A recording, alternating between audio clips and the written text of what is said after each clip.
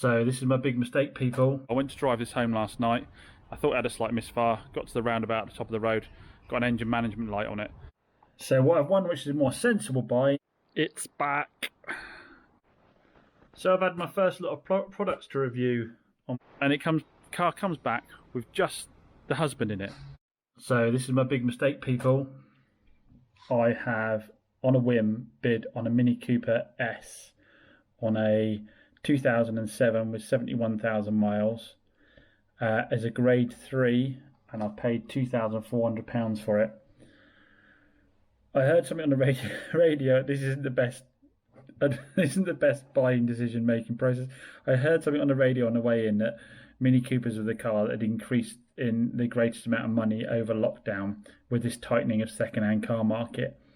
Now, I know, as well as many of you probably know, who are already reacting to this, that the Mini Coopers are a nightmare to work on. Absolute nightmare. The clutches are stupidly expensive to work on. You have to get the whole front end of the car off to do anything. So this is not a good buying decision. I think the condition was really quite good on it. I think it had a good service history, and it's the white with the black leather, which should be popular. I think the retail for it's $3,995. There isn't going to be a lot of margin in it. So this is going to be a very interesting one to see when it turns up, to see how things go. I have had another win, which is a more sensible win. So let's have a quick look at that. And I've got other bids out today, so there may be more to show you in a second. So what I've won, which is a more sensible buy, is a 2010 Corsa in a nice gunmetal grey, with only 75,000 miles on it. It's a 1.2 16 valve exclusive. It's a grade 4. It's got quite a long list of damage, bodywork damage to it, but when I go and look at it in detail, they're actually really minor things, like a bit of a worn door handle, a broken air vent, a bit of wear on the top of the steering wheel, a scuffed alloy wheel, it's, chips on the wing. Nothing really, I think, is that serious. I mean, that could be my famous last words when the car arrives. I mean, it said things like cracked windscreen, but when you actually go and look at it, all it actually is that tiny chip there, which is on the passenger side, not the driver's side, and it's not the kind of thing I'm going to go and repair on a car of this age. Now, the interesting thing with this is that I actually put this car up on my Facebook page, and someone that came to look at the blue Corsa that missed out on it last time, I said, keep an eye on my Facebook page. I post cars up on there before they actually arrive to let you know what I've got coming in. So I put this one up for $2,695 on the Facebook page, and he has rung and said, can I have first refusal on it? So could be potentially a quick flip depending on what it needs when it comes in. Now, as we know with these 1.2s, it's a 50-50 whether it's going to need a chain or not. The service history isn't that great on it. It's had 7 registered keepers previously. Its last service, according to the records, is 2013, so it is quite sketchy on that front. So when it comes in, it may well need a chain, and then we'll be dropping a couple £100 into it. But if we do that, that's going to be a car that someone can be very confident for a long period of time. So as normal, I'll do a video when that one comes in. I'll also do a video when the Cooper comes in, and you can all potentially laugh at my poor decision making. So I've had my first lot of products to review on my channel. Tom from Moonshine Detailing Products watches my channel and got in touch and said, would I like to try some of his stuff out? It's not sponsored, it's not paying me on it, he just sent me some of these goodies to give a go. I've got the Corsa to get ready in the morning to go out to that customer, so I think that's going to be the lucky customer who gets the... Oh god, it all smells amazing. So what's this? That smells really good, whatever that is. Oh, well, that makes sense then. It's a reusable wooden air freshener, so I presume you put a few drops on that. Being a man, I'm not reading any instructions. Put a few drops on that and hang it inside. Oh, it does smell good though. Nicely presented. I like the tins. They're cool. Like I say, I've not been paid to do this, so if I like it, I'll let you know. If I don't like it, I'll let you know as well. What's this? Shampoo. So that presumably we'll give it a go with that first tomorrow. And then we've got some snow. Oh no, presumably to put snow foam on first or shampoo. I don't know. I better read up on it. And then what else have we got here? Trying to do this one-handed. Quick detailer. Also, presumably that's something I can spray on if I just want to, because I have to do that a lot with the cars as they get dirty outside. Sometimes someone says they're coming to see them and you don't want to get them wet. You just want to give them a quick wipe over. So quick detailers are worth their weight in gold if they get underneath the dirt and lift it off the bodywork rather than smear it all in. So we'll remain to be seen with that one. And then we've got a wheel cleaner here as well. Cool. Glass bottles as well, not plastic. So presumably a bit better for the environment, because I have to admit the amount of cleaning products I use, a lot of them are plastic boxes, so I end up throwing away a lot of plastic. I'll openly admit that. So the fact these are glass presumably means it's recyclable, maybe apart from the tops there. So yeah, I'll give it a go when we give the car the clean, and I'll let you know what I think of it. That does smell really good though, that. I'm normally putting new car smelling air fresheners in. I don't imagine that's something I really would probably put in my sales cars. It's probably something you want to put in your own car, so maybe I'll put it in my my little £1 Fiat 500, because it smells a lot when I get in it with the oily clothes, especially gearbox oil. So thanks to Tom at Moonshine Detailing. We'll give it a go and we'll let everyone know what they think. And like I say, it's not sponsored content, there's no payments involved. I've just got some freebie stuff. Thank you very much. Then we'll give a go and I'll give my honest opinion on. It's back. It's only been out 24 hours. That engine management light came back on. You remember the one that came on for the O2 sensor? A lot of you are going to tell me, we told you so at this point. It looks like that wasn't the problem. We've still got a little bit of a... It only hunts every now and then, the rest of the time it's smooth.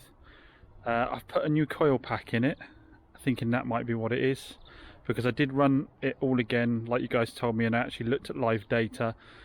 Live data didn't really tell me anything, it showed me that the O2 sensors are working fine. So I put a coil pack on it. That doesn't seem to have improved it. I did put a temp sensor in, that seems to have improved it. I also disconnected the battery for 10 minutes afterwards, thinking that might help. Maybe it remembered something. It's not showing any engine management lights now, but I'm not confident. So I rang the customer and said, do you mind if I drive it for a day just to double check and see if the engine management light comes back? Because when it went out the door it wasn't on, and they drove for probably half an hour, and then they drove last night and it came up this morning. So I need to drive it a little bit, check the light doesn't come back again, and see if any of the lumpiness comes back. There's one last sensor I could change, which is the I think it's the air pressure sensor or something further down near the throttle body. I have got one of those. I bought it now because obviously being bank holiday, I won't be able to get one if I need to change it out until Monday, and I'd rather try and fix it earlier. So I've got one ready to go in if that's the case. And my motor factor's already said if I take the coil pack back out, it'll probably let me have it. If I pack it away nicely again, let me have my money back on it. So the lineup needs a clean. I'm starting with the Dacia, so we're going to give Tom's stuff a go, this Moonshine stuff. I'm starting off with the snow foam. Yeah, Moonshine Froth Snow Foam in the Lance, which I think, I did actually read the instructions, Tom, on this one. I don't normally read the instructions. So I'm going to put it on, leave it for 5 minutes, but not let it dry. And then I'm going to wash it over with the shampoo, the Flawless shampoo. I'm not sure if that's the way you're supposed to do it.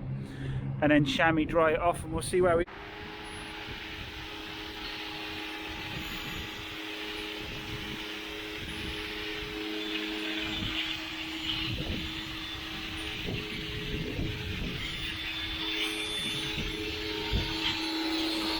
Right, I'm not going to leave it quite 5 minutes because it's baking hot out here, and I imagine this will dry off really quickly, so it's not to let it dry off. So now I need to rinse it off with the Lance, and we'll see how much of that sitting dust and crud it's got off.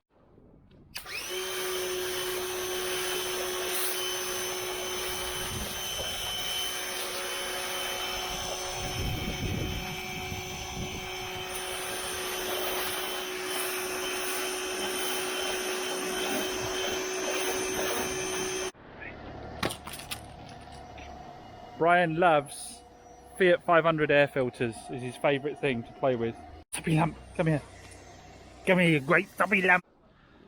Well, I was going to shampoo it now, wasn't I? But to be honest, it looks like it's got most of the because all the cars only been sitting, it looks like it's got most of the dust off, to be fair, that was sitting on it. So I might just give it a chamois and let's see how it comes up without even the shampoo. So we chamoised it off, and to be fair, it did get all that dust and dirt on the cars off, just to show you what they're like when they sit out here, because I've got the recycling centre over there. They get all this dirt sitting on them, dust and crud. Yeah, she looks pretty good, but then obviously I've chamoised her, and being the weather's hot, I've got a few marks in here. So what I think I might do now, Tom, is give your quick detailer a go, which is what I normally use. A number of other brands of quick detailer. I use some very thick ones that will lift the actual dirt off the paintwork a little bit when I wipe it off, if I'm feeling particularly lazy. But I do like to give them a rinse first, so I don't be moving grit about them.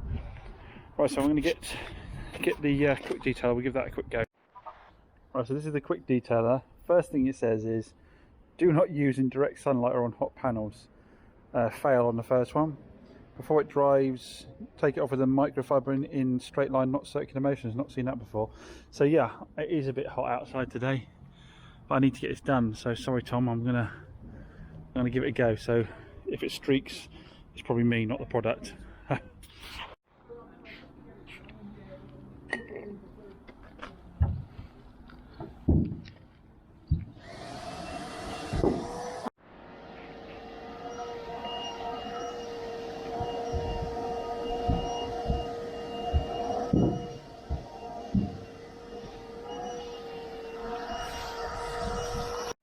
So there's the Dacia all done with the quick detailer, and I have to say, considering I've completely broken the rules on the back and done it in what is very warm weather on a black car that's got nice and hot, it is incredibly streak free. The other makes I use, I have to spend a lot of time buffing off to avoid having the streaking, but this is very streak free and it's giving it a really nice shine. So yeah, fair play, Tom, that's good stuff, that. I rate that. I mean, I'm going to give it a try on the Alto, like I say, without actually cleaning the car off, and see if I get away with it. Not something I recommend, I want to say that straight away, because you could get grit and dirt in your cloth and wreck your paintwork. But it's a cheapy little car, and I know there's nothing on it, because it hasn't been driving around. There's no grit on it, it's just dust. So I wouldn't rate that, recommend that at all. But, well, I've smeared up the rear windscreen, I need to do that. But no. And like I say, as it's come in a glass bottle, I'll show you my tray in a minute, how much stuff I've got is plastic, and I hadn't really thought about it till this came, how much plastic I'm using. So yeah, as I say, Tom hasn't paid me anything for this, and if you think I'm going on too long about it, let me know in the comments. But at the end of the day, he's had the decency to send me the stuff out, so I think I should have the decency to give it a bit of airtime and give my honest opinion on it. So given the whole lineup, going over the quick detailer now, and I have to say, did a great job. All this stuff with just a light dust over it, took it off. Uses a couple of cloths to keep it clean. Keep it clean. I used a couple of cloths to keep it clean. Obviously the Micra, the Yaris are both sold. But if someone comes to look at my cars, even though I don't want the sold cars dirty either, because it will just ruin the overall look of my forecourt. So yeah, I've only got the C1, the Alto, the Chevy, and the Dacia for sale now. Alto's been a little bit sticky and not really had any interest in the Dacia, but again, I think there'll be someone will swing by for a cheap buy that won't be thinking about these particular motors, but will go for them because of the price point. You know, we get people turn up with a limited budget and just say, what have you got? So I imagine they'll go that way. And the C1 I think will go quickly enough, but it's typical, it is down here in Devon when we have a sunny, not so sunny now, but when we have a very sunny bank holiday weekend, not a lot of people come looking at cars in my area. They're all down Croydon, down the beaches. But yeah, thanks again to Tom for sending that stuff. That made the clean up this morning that bit quicker. And I actually do rate the stuff, like I say, so genuinely, the quick detail I really rate. Yeah, sorry, my battery ran out on my GoPro then. Well, not the battery, I ran out of space on it because I waffle on too long. Got to get it cleared. So yeah, so we'll put the sensor in and we'll see how we get on with that. But it may well, this car has to be sold spares or repair with the engine management light on it. So I'll just sell it as having that. And I imagine it'll carry on forever and a day like it is. Like I say, running wise, it runs absolutely fine, drives fine. But tracking down. I mean, I guess I've got that last pressure sensor to change out if necessary, and it'd be nice to try and get it to extinguish. But see, this is why I don't like the cheap cars. I know that I got this cheap, and I know I made a good margin on it, but these older cars, they do throw up more problems. You sell a 2014 car, even 2013, 2015, you don't get, really touch wood, you don't get comeback. You really don't get comeback. But all this diagnosis, it's not massively expensive of parts. I'll be in it for about 120 quid in parts. It's my time. I should be cracking on with other stuff. And that's why, although these little cars, cheap cars, you can have big profit margin in them, you can also have a lot of headache out of them as well. So I've been out for a good 40-45 minute drive in the Corsa now. No engine management lights at all, no rough running. I had live data on while I was driving. Both the lambda sensors are doing what they're supposed to be doing. So I've given the customer a ring, told them they can pop back, take it again and see how they get on. I didn't mention I've also had to order wing mirrors, because it turns out although the electrics moved enough for me when I was driving the car, because I only needed to move them slightly, I didn't test them all over in every direction, and both, when they get to a certain point, they're just clicking away and not wanting to move. He's a learner driver, he's a bit shorter than me, so he has to sort of pull them in a bit more, and that's when we discovered it. So I've had to order a couple of wing mirrors up for him as well, because that's been flagged at pickup. So we're in it now for the sensors and the coil pack. We're in it now for the wing mirrors, and obviously we can't be 100% that it's fixed, because you never can be until it's gone out and done a few more miles. I took it out longer than I took it out last time to really test if that code came back again, so fingers crossed we have got it, but you just never know. So the money in the bank from a car deal when you're a car dealer is never 100% yours until you get past that warranty period. So sorry, back to my latest purchases. The Mini Cooper, I've given the cars a wash since I did that last clip. Really don't know why I bought this, doesn't make a lot of sense at all. I didn't even do the basic checks as well. I went to drive this home last night.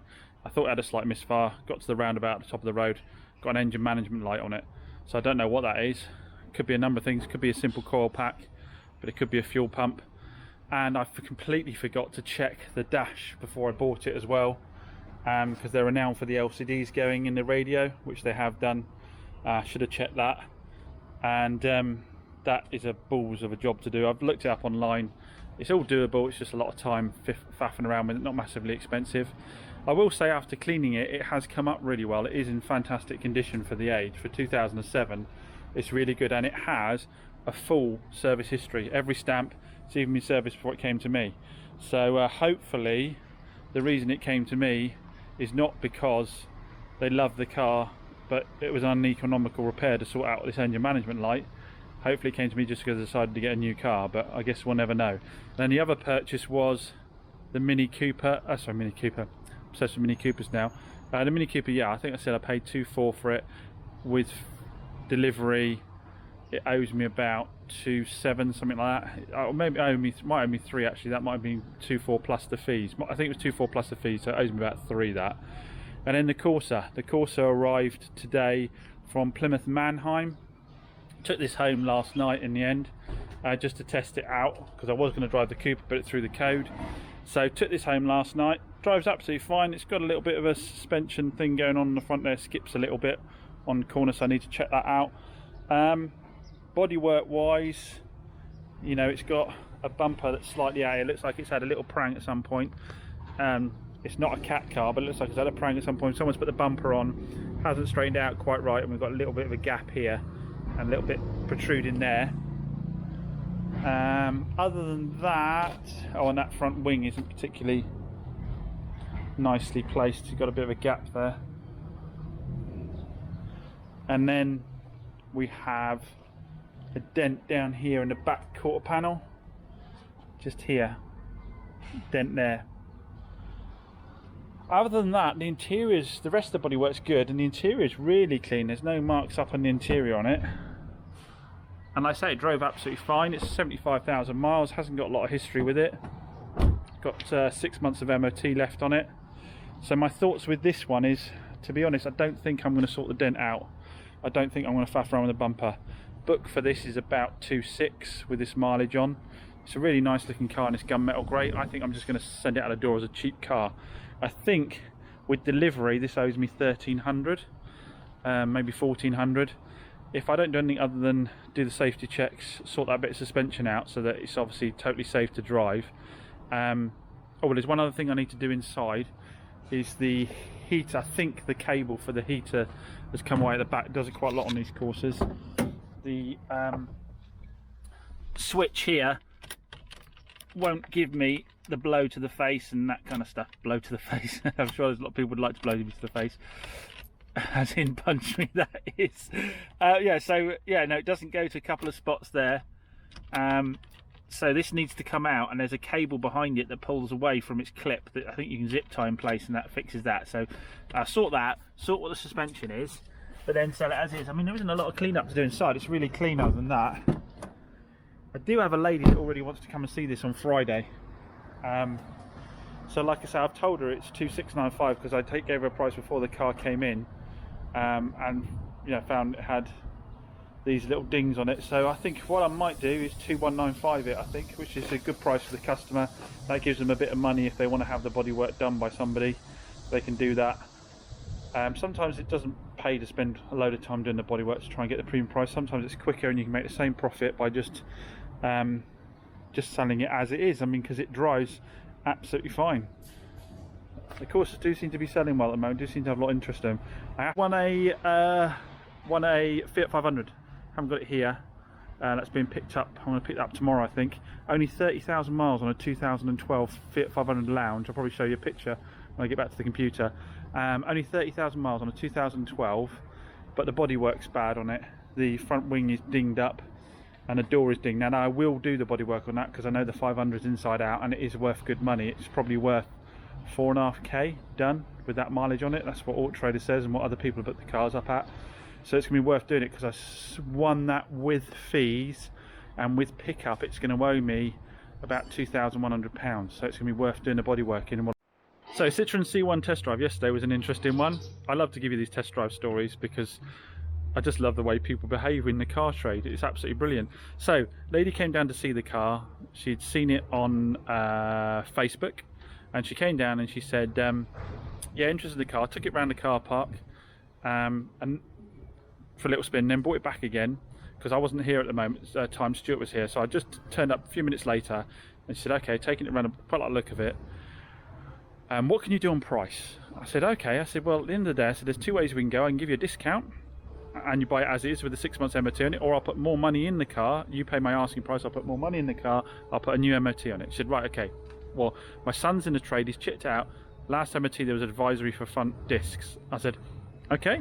I said, well, I can do that when I put it in for the MOT then. We can go that route. You can buy it at my price and I'll put the brand new MOT on it, and whatever it costs to get through the MOT, that's, you know, that's on me. She went, okay, but I've had him check it as well, and you've said one owner in your advert and it's not a one owner car. I said, no, I didn't put one owner on my advert. I'm pretty sure I didn't. I'll bring it up for you. No, it's one owner. So I bring my advert up, makes no mention whatsoever of how many owners it's had. I said, are you sure that was this car? You've been looking at a lot of cars.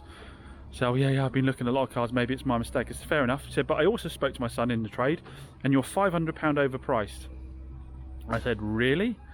I said, I don't think I am. She said, no, it's £500 overpriced. I said, so you think the car should be 2,495 according to your son? She said, yes. I said, sorry, that's not right. I said, here's my Auto Trader advert, and Auto Trader says fair price at 2,995. Now Auto Trader will give fair price within a couple £100. So it said fair price at 2,995. I said, where's your son? All the way out country somewhere he was, working for a Seat dealership. And I said, well, at the end of the day, I said, I'm sorry, he's wrong. I mean, it costs £200 just to get the car down here, which is the kind of cost you don't have up country. I said, so I don't know where he's getting his price from, but if he can retail them at 2,495, I want to know where he's buying them from, because I will buy them there. Obviously, what I forgot to ask her was, as a new Seat dealership, 2012 with 70,000 miles on, I don't think they'd even given her a warranty if they'd sold her a car this age. They probably wouldn't have even given a warranty. So, and you have to ask, if you think it's £500 overpriced, why on earth are you even down here looking at it? It's ridiculous. It really is. I Then they asked could they take it for a longer test drive. So despite thinking it's £500 overpriced, despite knowing that I'm firm on my price and giving them the options, they want to take it for a longer test drive. So I stick the trade plates in it, off they go for a drive. About half an hour later, the husband comes back without the wife. So the wife's the one that's having the car, the wife's the one test driving, and car comes back with just the husband in it. So I'm not sure what that's all about. So he comes trotting up to me and says, well, she wants to have a think about it. What I've done is I pulled through town and dropped her off to the shops. So she's gone shopping and she'll come back to you later on it. I thought that's absolutely brilliant. So you take the car out for a test drive and you don't even bother coming back to give me your feedback on it or anything like that. You drop her off in the shops and then you just skedaddle off. So yeah, I thought that was a pretty classic test drive. She comes down to a car she thinks £500 overpriced, based on her son who's in the trade tells her that's the case, and then takes it for a test drive and doesn't even bother coming back herself to give me any feedback on it. You have to wonder why she wasn't buying a car off her son, because if he can get cars at that kind of price and everything he says is gospel, then you'd think she'd better off just buying a car from him, wouldn't you? So the blue Corsa's gone back off with the owner, well, the father, take it back to his son. Fingers crossed that light doesn't come back on again. Like I said, I drove for about 40 minutes last time, so theoretically it was enough for it to come back on again if it was going to, but you never know. Bunged him a tenner because he'd filled the tank up for his son as a gift, and obviously all the driving I've done on it, testing it out, used some of the fuel, so, and that's not his fault, so I gave him a tenner to give to his son to put the fuel back in again, and fingers crossed it'll be okay. But let's go and have a look at the numbers and see how much that's affected the profit doing those repairs on it. So guys, we've added another £128.15 to costs, actually £138 because I gave the guy a tenner, didn't I, to top up the fuel again. So our profit has dropped to 627. So the reason I go through this is just to highlight the fact that in this game, your profit's not your profit until you've gone past that warranty period. You will have additional costs on cars and you have to factor that in.